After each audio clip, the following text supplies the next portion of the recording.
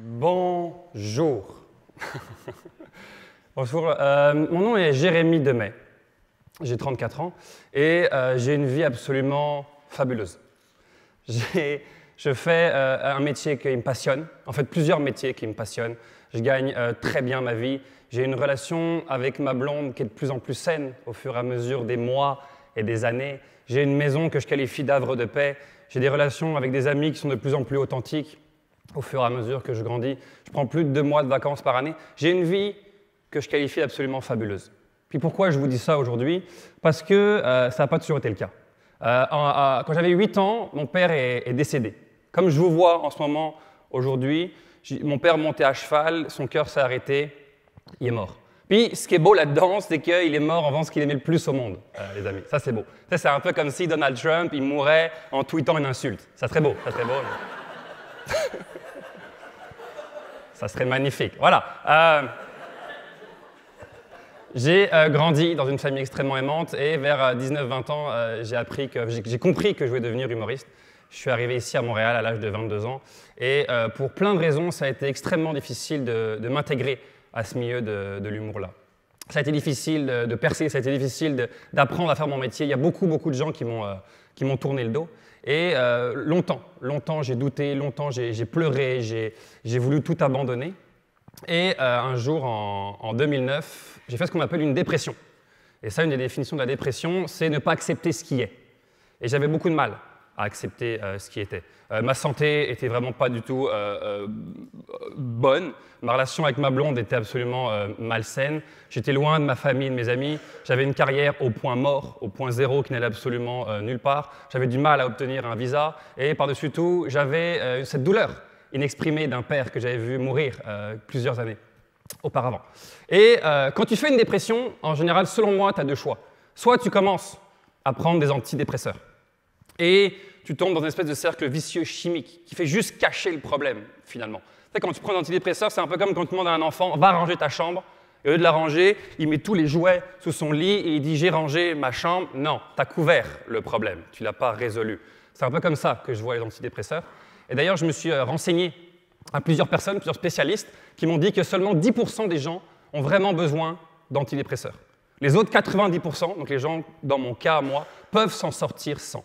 Et oui, ça va être beaucoup plus long et beaucoup plus périlleux, mais il y a une façon de le faire. Et c'est ça que j'ai choisi de faire quand j'ai eu ma dépression. Et quand je vous dis une dépression, là, des fois ma blonde arrivait à la maison, elle me retrouvait habillé dans son lit, mes chaussures aux pieds. Là. Quand tu n'as même pas le courage d'enlever tes chaussures, tu ne te sens pas bien, en général. Ou alors tu as une trop grosse bedaine puis tu n'arrives pas à te baisser. Mais ça, c'est un autre problème. J'ai décidé de renaître. J'ai demandé à la vie, j'ai dit « donne-moi tout ce que tu peux. Montre-moi tout ce que je peux faire pour aller vers un meilleur. » Et j'ai tout essayé. Tout ce que je pouvais essayer, j'ai lu des dizaines de livres, j'ai suivi des thérapies, j'ai regardé des centaines de conférences, j'ai fait de l'homéopathie, j'ai fait de l'acupuncture, j'ai fait de l'hypnothérapie, j'ai fait tout ce que je pouvais faire, tout ce qu'on me donnait, j'allais vers ça. Et plus je faisais ça, plus je découvrais différents outils, plus ma vie s'améliorait. Plus je changeais intérieurement, plus ma vie extérieure devenait facile. Et j'ai continué à faire ça pendant plusieurs années. Et il n'y a pas longtemps, l'organisation TED m'a contacté et il me demandait « viens parler ». Puis tu as juste à peu près 15 minutes. Et je me suis dit « 15 minutes, il faut que je parle d'une chose ». C'est quoi la chose la plus importante, selon moi, qui m'a aidé le plus? Et la réponse de ça se trouve dans la question « c'est quoi le bonheur ?» Vous savez, c'est cette question que tout le monde se pose, surtout depuis les dernières années. C'est presque devenu un classique, presque cliché, c'est quoi le bonheur? Et chaque personne a sa définition du bonheur. Moi, je vais vous dire ma définition à moi du bonheur, c'est être bien avec soi, c'est être en paix, c'est être au calme. C'est ça que je pense, le bonheur. C'est un état de calme constant. Et la question, c'est comment on arrive là? C'est une très bonne question que vous posez. Merci de la poser. Chaque être humain ressemble à ça. Merci pour mes talents de graphiste. Chaque être humain, selon moi, ressemble à ça. C'est quoi les croix? C'est des programmations qu'on a prises dans notre vie, souvent entre 0 et 7 ans. Toutes ces choses-là sont des choses qui sont ancrées en nous, qui sont enracinées en nous depuis qu'on est tout petit. Et c'est toutes des choses qu'on a vécues. C'est peut-être des choses qu'on a prises de nos parents, c'est peut-être des traumatismes, des peurs, des deuils, des hontes, des abandons, un père qui t'a battu, une mère qui t'a violé, peu importe ce que c'est. On a tous vécu nos choses et on a tous des choses ancrées en nous qui sont arrivées, comme j'ai dit, entre 0 et 7 ans. Ce qui fait que quand on grandit dans la vie, et qu'il arrive des différentes sortes de situations, on ne réagit pas en fonction de la situation, on réagit en fonction de notre passé, de nos programmations mentales. Et donc l'idée de ça, l'idée du bonheur, d'être en paix, c'est d'arriver éventuellement à ça, de tendre vers ça. Vous voyez, il y en a un qui fait la gueule et il y en a un qui sourit, parce qu'il est beaucoup plus heureux, naturellement. Et la question, c'est comment? C'est comment arriver là? Et c'est une très bonne question, parce que, vous voyez, moi, ce que je pense dans la vie, j'ai lu une phrase un jour que j'ai trouvée merveilleuse, c'est dans la vie, on n'attire pas ce qu'on veut. Dans la vie, on attire ce qu'on est. Et je le répète parce que c'est important, on n'attire pas ce qu'on veut, on attire ce qu'on est. Hein? Vous savez, souvent, on est comme une espèce de... On est tous une sorte de boule d'énergie, on vibre tous de l'énergie. Et cette énergie-là est composée de deux choses, ce qu'on pense, le conscient, et ce qu'on ressent, l'inconscient, donc les programmations qu'on s'est mis dans notre corps. Et souvent, c'est l'inconscient qui gagne. Donc si, mettons, dans la vie, tu te dis « moi, je veux de l'argent hein, », le célèbre « demandez, vous recevrez ». Moi, je veux de l'argent, je veux devenir millionnaire. Ça, c'est ce que tu penses consciemment. Mais que inconsciemment, ce que tu te dis, c'est l'argent a séparé mes parents. L'argent fait qu'il y a des pays qui sont en guerre depuis des années. L'argent fait que des politiciens deviennent véreux et font tout pour absolument gagner cet argent-là. Donc une mauvaise image de l'argent inconsciemment, ce qui fait que votre énergie vibre entre ces deux choses-là. Et souvent, c'est l'inconscient qui prend le dessus sur le conscient. Donc toute votre vie, vous avez passé à avoir du mal, surtout dans la pénurie, à avoir un peu d'argent, plus d'argent, un peu d'argent, plus d'argent, et vous n'allez jamais être capable de vous en sortir. Tout simplement parce que vous avez une programmation en vous qui ressemble à ça. Donc la question, c'est comment? Comment tendre des croix à plus de croix? Comment tendre d'une vie agitée, d'une vie souffrante, à une vie plus simple, plus libre? Moi, j'ai découvert 4 moyens. Il en existe beaucoup d'autres, mais c'est les moyens que personnellement j'ai expérimentés. Le premier qui m'a beaucoup aidé, c'est le yoga. Je ne sais pas s'il y en a qui font du yoga. Est-ce qu'il y en a qui font du yoga? Oui. La définition du yoga, vous la connaissez sûrement, c'est unir le corps et l'esprit pour qu'ils ne fassent plus qu'un. Moi, j'ai essayé le yoga. Ma définition à moi, c'est imposer à ton corps des positions improbables que ton esprit n'a pas du tout envie de faire dans la vie. Écoute, il y a des positions en yoga, c'est n'importe quoi. Là. Des fois, je suis chez moi, je fais des positions, même mon chat me regarde et il est comme « Hey, Caroline, même moi, je ne ferais pas ça. » Non, non, non. Et il se lèche le cul. Tu comprends? Fait que j'ai essayé le yoga et c'est absolument merveilleux, je vous le recommande. C'est vraiment, ça nous permet d'être complètement présent à ce qu'on fait et de ressentir notre corps.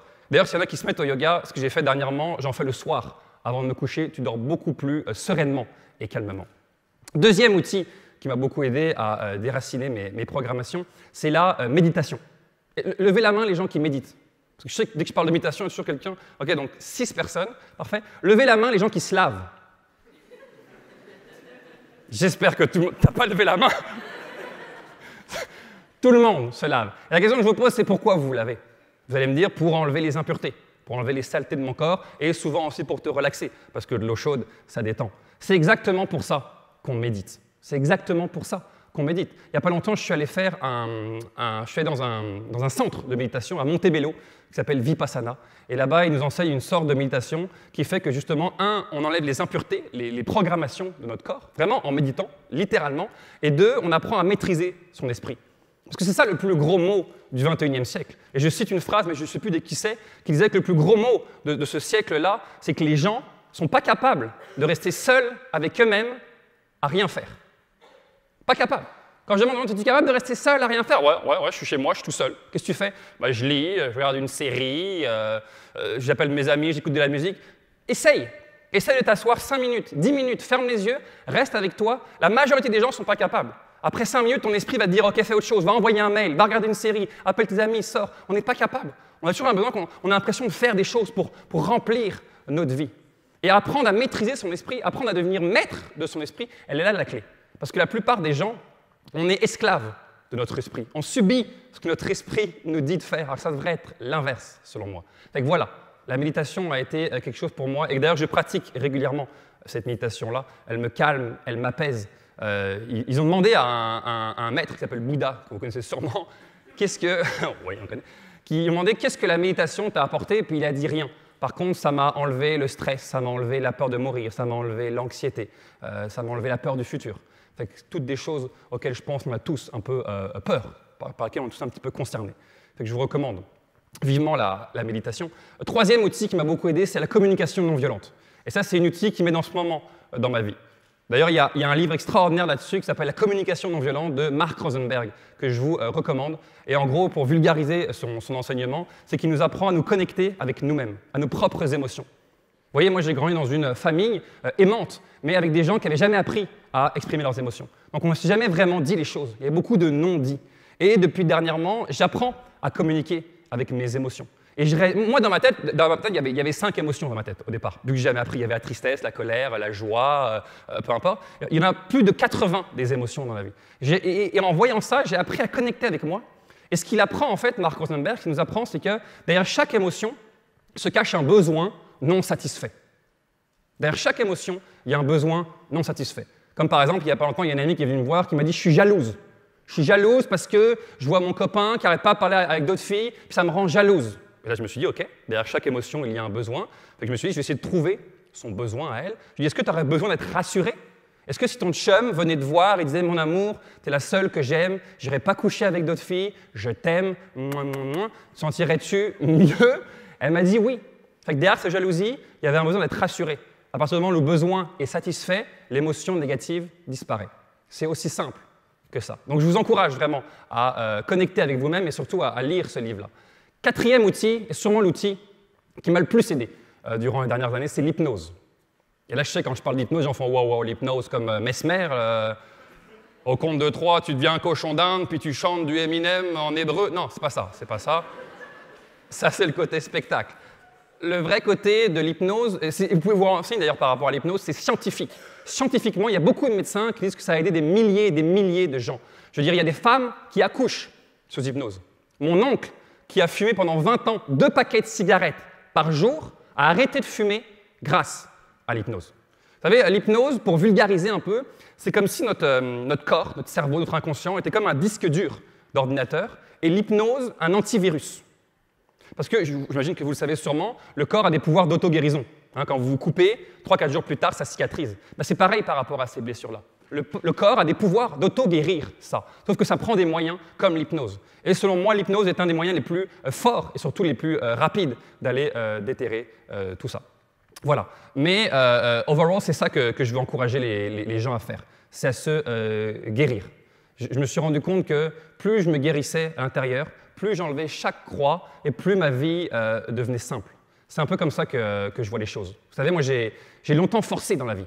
J'ai longtemps pensé qu'il fallait forcer pour avoir plus d'argent, pour avoir plus de célébrité dans mon cas, plus de fans Facebook, pour courir après les projets, après les gens. Et puis le jour où j'ai compris qu'on attire ce qu'on est, j'ai réalisé que plus je vais me nettoyer et plus les choses vont arriver librement. Et puis dans ma vie, je l'expérimente en ce moment. J'ai plus à forcer. Je ne force plus. Quand je vous disais que ma vie est fabuleuse, mais elle est simple. Je me rappelle, avant, je voulais courir un sprint. Aujourd'hui, je suis sur place, puis les choses arrivent toutes seules, simplement, parce que j'ai retiré, ou en tout cas une partie de ces choses-là. Je pense que la vie, c'est un peu comme une rivière. Puis là, c'est bizarre comme analogie, mais je pense qu'on est tous comme une rivière et que tous ces problèmes-là, toutes ces programmations mentales-là qu'on a pris dans notre vie sont des rochers qui sont mis au travers de la rivière. Et au bout d'un moment, il y a tellement de rochers que ça fait un barrage et l'eau ne peut plus passer. Fait que l'eau essaye de forcer pour passer. L'eau essaie de passer au-dessus, passer à côté. On veut forcer. C'est ce qu'on fait souvent dans notre vie. Mais je me suis rendu compte qu'en enlevant ça, qu'en enlevant ces blessures-là, qu'en enlevant ces programmations-là, qu'en me déprogrammant, j'enlevais une roche, une à une, et l'eau coulait de plus en plus simplement. Fait que c'est ça que je nous suggère à tous pour être heureux. C'est de nous guérir pour que la vie puisse couler tout simplement. Merci beaucoup.